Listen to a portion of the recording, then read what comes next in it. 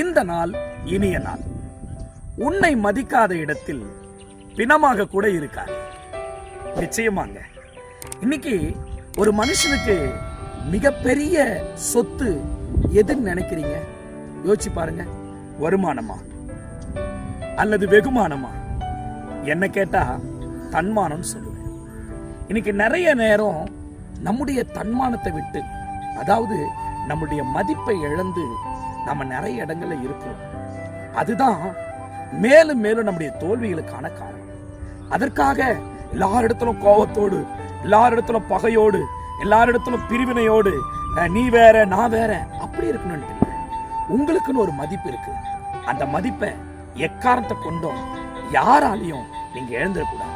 ஒருவேளை உங்களுடைய நற்பண்புகள், உங்களுடைய குணங்கள் அல்லது உங்களுடைய திறமைகள் ஒரு இடத்துல மதிக்கப்படாது இருக்கிறதா, அந்த இடத்துல திரும்ப திரும்ப திரும்ப திரும்ப போய் நிக்கணும்னு அவசியமே இல்லை.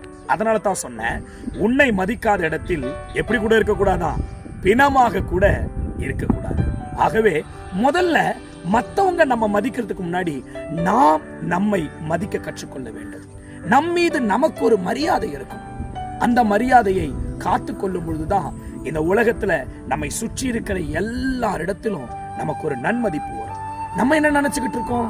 என்கிட்ட பணம் காசு இல்லை, அதனாலதான் என்ன மதிக்க மாட்டாங்க, இல்ல அவங்கள போல பங்களா, அவங்கள போல வீடு வாசல் கார் எதுவுமே இல்லை, அதனாலதான் எனக்கு மதிப்பு இல்லை.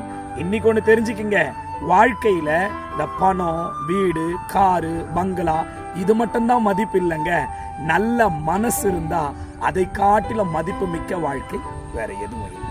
ஆகவே இந்த புதிய நாளை நல்ல மனதுடன், நல்ல வாய்ப்புகளுடன், நல்ல புதிய யோசனையுடன் துவங்குங்கள். உங்கள் வாழ்க்கை நிச்சயம் மதிப்பு மிக்க வாழ்க்கையாவே இருக்கும்.